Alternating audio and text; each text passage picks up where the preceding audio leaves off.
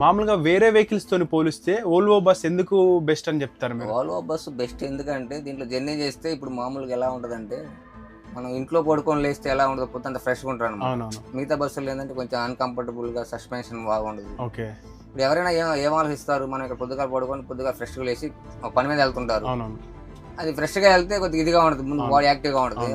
మామూలుగా ఇట్లా యాక్టివ్గా వెళ్ళి అట్లే నిద్ర లేక బండి సస్పెన్షన్ మంచిగా లేక ఇబ్బంది పడిపోతే పొద్దుగా పని చేసుకొని చిరాకు ఉండదు కదా. దీంట్లో అట్లేమి ఉండదు. ఫ్రెష్గా పడుకున్నామా కొద్దిగా లేచిన సేమ్ మన ఇంట్లో పడుకున్నట్టే ఉంటుంది. ఏంటంటే ఒక్కసారి వాళ్ళు ఎక్కిన కస్టమర్ వాళ్ళే కావాలంటారు. అవును. ఎందుకంటే అంతే దాన్ని బ్రాండే పడిపోయింది అంతే. ఓకే. సేఫ్టీ కూడా బాగానే ఉంటుందా? సేఫ్టీ కూడా మీకు అన్ని ప్రతి ఒక్క గ్లాస్ దగ్గర నీట్గా ఎమర్జెన్సీ డోర్ ఉంది. ఓకే. హ్యామర్ ఉంటుంది, హ్యామర్ దీని వచ్చేస్తుంది. టక్ మని కొట్టంగా అయిపోతుంది. అదేంటన్నా లివర్ ఏంటంటే రేటర్ బ్రేక్ అంటారు దీన్ని.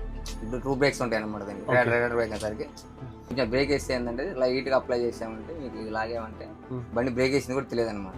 బ్రేక్ వేసింది కూడా తెలియదు. ఎన్నికలు బండి మామూలుగా బ్రేక్ కొడితే ఇట్లా ముందు పోతుంటుంది, అట్లా లాగానే బండి ఏంటంటే స్మూత్